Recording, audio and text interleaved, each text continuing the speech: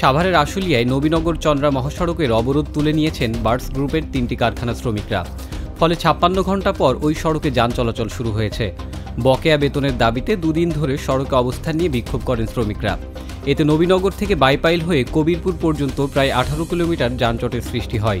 Birds গ্রুপের chairman Mostafa Anwar সেনাবাহিনীর হাতে আটক হওয়ার পরে শ্রমিকরা রাস্তা থেকে সরে যান।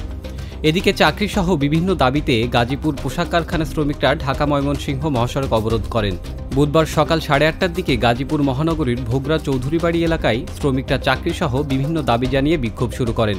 এক পর্যায়ে তারা ঢাকা ময়মনসিংহ মহাসড়ক অবরোধ করলেও সেনাবাহিনীর হস্তক্ষেপে প্রায় ৩ ঘণ্টা পর যান চলাচল স্বাভাবিক হয়। নাসা গ্রুপের চেয়ারম্যান নজরুল ইসলাম মজুমদারকে গ্রেপ্তার করেছে পুলিশ। রাজধানীর গুলশান থেকে সুনির্দিষ্ট অভিযোগে তাকে গ্রেপ্তার করা হয়েছে বলে জানিয়েছে ডিএমপি। সাবেক প্রধানমন্ত্রী শেখ হাসিনার মুখ্য সচিব ও উপদেষ্টা কামাল আব্দুল নাসের চৌধুরীকেও গ্রেপ্তার করা হয়েছে, যিনি কবি কামাল চৌধুরী নামেই বেশি পরিচিত।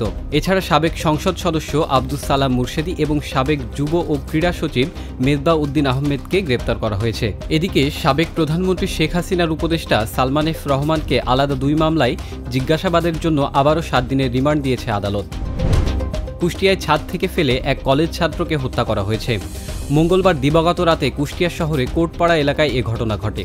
স্থানীয়রা বলছেন, গামছা ও দড়ি দিয়ে হাত, পা, মুখ বাঁধা অবস্থায় তাকে উদ্ধার করে কুষ্টিয়া জেনারেল হাসপাতালে নেওয়া হয়। অবস্থার অবনতি হলে ঢাকা মেডিকেলে নেয়ার পথে তার মৃত্যু হয়। নিহতের নাম রুবেল হোসেন। তিনি কুষ্টিয়া পলিটেকনিক ইনস্টিটিউটের শিক্ষার্থী।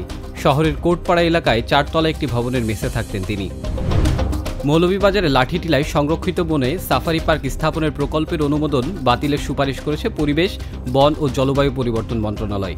এ বিষয়ে পরিকল্পনা কমিশনেও চিঠি দেওয়া হয়েছে।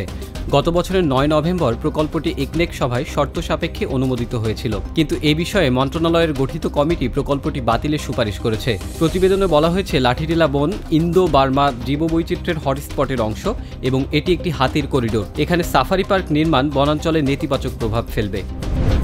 হিজবুল্লাহ নেতা হাসান নাসরুল্লাহ হত্যার জবাবে ইসরায়েলের তেল আবিব ও জেরুজালেমে প্রায় ২০০ ক্ষেপণাস্ত্র ছুড়েছে ইরান। তবে এই ঘটনায় এখনও হতাহতের বিস্তারিত তথ্য জানা যায়নি। ইসরায়েলের প্রতিরক্ষা বাহিনীর মুখপাত্র মনে করছেন, আপাতত ইরানের পক্ষ থেকে নতুন করে হামলার আশঙ্কা নেই। ইরানের ক্ষেপণাস্ত্র হামলার মধ্যে ইসরায়েলের প্রতি যুক্তরাষ্ট্রের সমর্থন পুনর্ব্যক্ত করেছেন মার্কিন প্রেসিডেন্ট জো বাইডেন। ভবিষ্যতে যে কোনো হামলার বিরুদ্ধে ইসরায়েলের প্রতিরক্ষা সহায়তার জন্য দেশটির সেনাবাহিনীকেও নির্দেশ দিয়েছেন তিনি। তবে ইসরায়েলে ইরানের ক্ষেপণাস্ত্র হামলার তীব্র প্রতিক্রিয়া জানিয়ে সাবেক মার্কিন প্রেসিডেন্ট ডোনাল্ড ট্রাম্প এক বিবৃতিতে বলেছেন, বিশ্ব আগুনে জ্বলছে এবং মার্কিন নেতৃত্ব সেটা প্রতিরোধের কিছুই করছে না।